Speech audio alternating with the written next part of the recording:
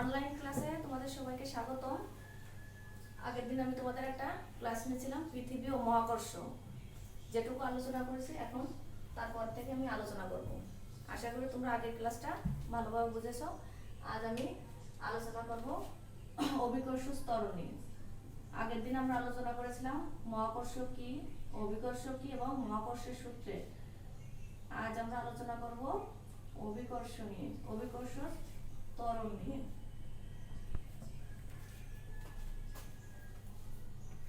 অভিকর্ষ ত্বরণ।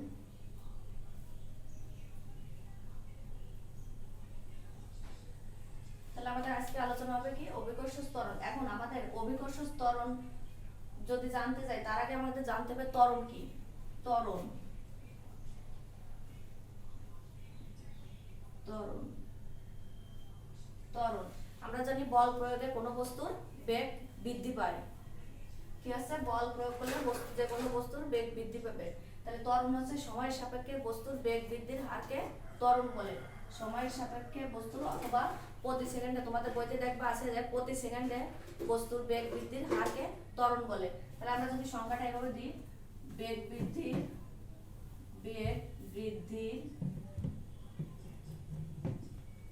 হারকে বেগ বৃদ্ধির হারকে ত্বরণ বলে। ত্বরণ বলে কি বললাম, বেগ বৃদ্ধির সময় সাপেক্ষে বস্তুর বেগ বৃদ্ধির হারকে ত্বরণ বলে। ত্বরণকে আমরা কি দিয়ে প্রকাশ করি? ত্বরণকে প্রকাশ করা হয় এ দিয়ে। প্রতীক হচ্ছে ত্বরণের প্রতীক হচ্ছে এ। আমরা ছোট হাতের এ দিয়ে ত্বরণকে প্রকাশ করি। এর একক হচ্ছে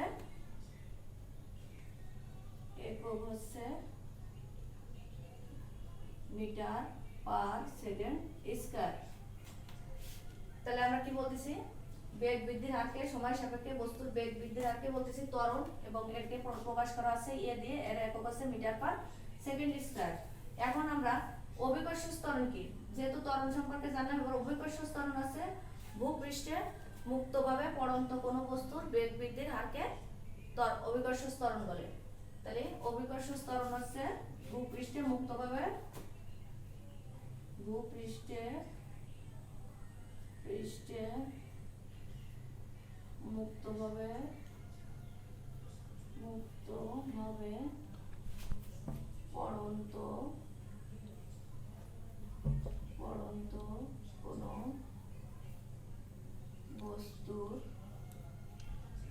পড়ন্ত কোনো বস্তুর বেগ বৃদ্ধির হারকে অভিকর্ষ ত্বরণ বলে।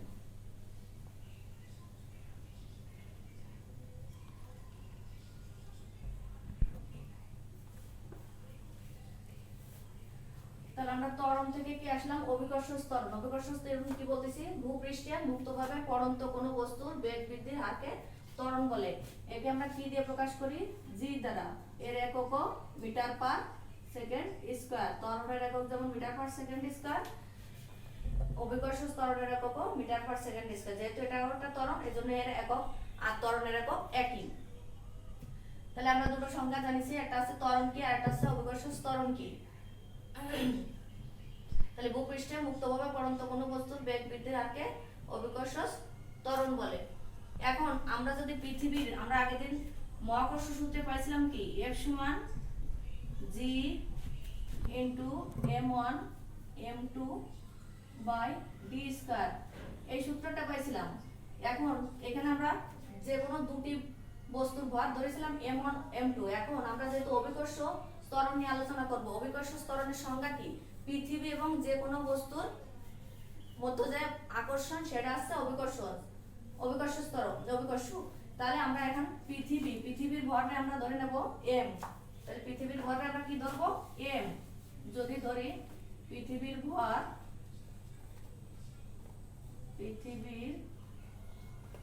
ভর সমান আছে m। যে কোনো একটা বস্তুর ভর ধরলাম, যে কোনো বস্তুর ভর সমান আছে m। এবং পৃথিবীর কেন্দ্র থেকে বস্তুর দূরত্ব, কেন্দ্র থেকে বস্তুর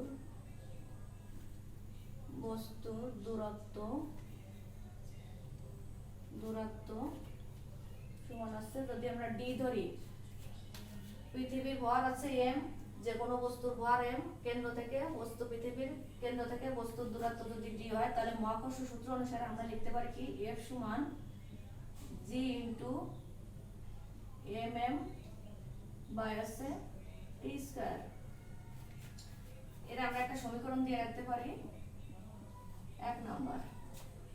আবার আমরা জানি অভিকর্ষ বল,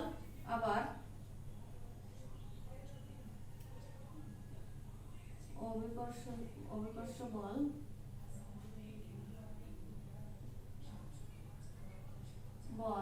F সমান সমান mg। তাহলে কি লিখলাম আমরা, অভিকর্ষ বল F সমান সমান কি mg। এখন F হচ্ছে অভিকর্ষ বল, m হচ্ছে বস্তুর ভর, g হচ্ছে অভিকর্ষ ত্বরণ। এটারে যদি আমরা একটা 2 নম্বর সমীকরণ দিলাম। এখন 1 নং ও 2 নম্বরতে যদি আমরা লিখি, আমরা কি লিখব,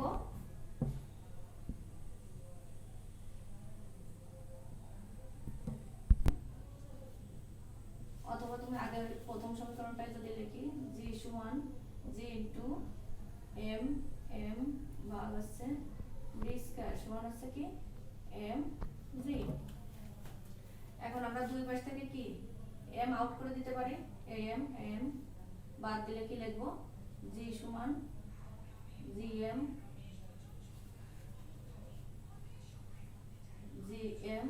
ভাগ হচ্ছে d স্কয়ার। তাহলে আমরা কি পাচ্ছি, অভিকর্ষ ত্বরণ আমরা কি দিয়ে প্রকাশ করেছি, g সমান হচ্ছে পাচ্ছি কি gm বা d স্কয়ার। এখানে কি, তাহলে আমাদের অভিকর্ষ ত্বরণ যে কোনো বস্তুর ভরের উপর নির্ভর করে না, যেহেতু এখানে ভরের কোনো ফাংশন নেই, তাহলে আমরা এখান থেকে বুঝতে পারি, এই সমীকরণ থেকে 3 নম্বর সমীকরণ থেকে বুঝতে পারি যে অভিকর্ষ ত্বরণ কোনো বস্তুর ভরের উপর নির্ভর করে না। তাহলে আমরা এখানে কি বলবো, যেহেতু মহাকর্ষীয় ধ্রুবক g হচ্ছে কি, আগের দিন আমরা আলোচনা করেছি, g হচ্ছে মহাকর্ষীয় ধ্রুবক, g m হচ্ছে কি পৃথিবীর ভর, আর d হচ্ছে পৃথিবীর কেন্দ্র থেকে বস্তুর দূরত্ব। তাহলে আমরা g কিসের উপর নির্ভর করবে, এখান থেকে আমরা সংজ্ঞা দিতে বলতে পারি যে g এবং m পৃথিবীর ভর এবং মহাকর্ষীয় ধ্রুবক, যেহেতু এটা ধ্রুব রাশি, কারণ এই মানের কোনো পরিবর্তন হয় না, এই কারণে g এবং m এর উপর নির্ভর করে না। এখানে g শুধুমাত্র নির্ভর করবে কিসের উপর, পৃথিবীর কেন্দ্র থেকে বস্তুর দূরত্বের উপর, শুধুমাত্র এই d এর উপরই অভিকর্ষ ত্বরণ g নির্ভর করে। তাহলে g নির্ভরশীল আছে, g নির্ভর করে, আমরা উপরে লিখি, এখন উপরে একটু মুছে ফেলি,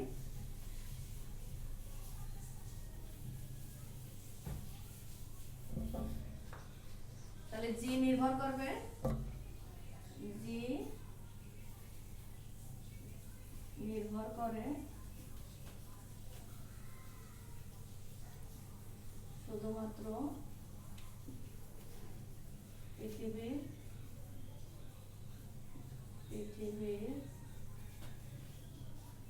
কেন্দ্র থেকে বস্তুর দূরত্বের উপর।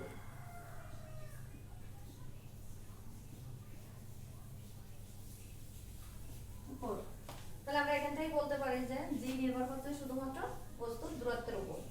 তাহলে g স্থান ভেদে এক এক রকম মান হইতে পারে, g এর মান বিভিন্ন অঞ্চলে g এর মান বিভিন্ন, কিন্তু g এর আদর্শ মান ধরা হয় g সমান সমান 9.8 মিটার পার সেকেন্ড স্কয়ার। তাহলে আমি তোমাদের সামনে কি আলোচনা করলাম, অভিকর্ষ ত্বরণ নিয়ে। তাহলে অভিকর্ষ ত্বরণ জানতে গেলে আমাদের আগে কি শিখাইছি, যে ত্বরণ কি, ত্বরণ হচ্ছে সময়ের সাপেক্ষে বস্তুর বেগ বৃদ্ধির হারকে ত্বরণ বলে, ওর একক হচ্ছে এ দ্বারা প্রকাশ করা হয়, কিন্তু অভিকর্ষ ত্বরণের একক হচ্ছে g, এবং উভয়ের যেহেতু দুটোই ত্বরণ, এজন্য দুটোই একক হচ্ছে মিটার পার সেকেন্ড স্কয়ার। এখান থেকে আমরা g এর একটা সমীকরণ পাইছি, g সমান gm বা d স্কয়ার। এখন g শুধুমাত্র নির্ভর করবে কিসের উপর, পৃথিবীর কেন্দ্র থেকে বস্তুর দূরত্বের উপর। এখন তোমরা দেখবা অনেক সময় অঙ্ক করতে গেলে দুটো সূত্রই কাজে লাগবে, f সমান g ইনটু m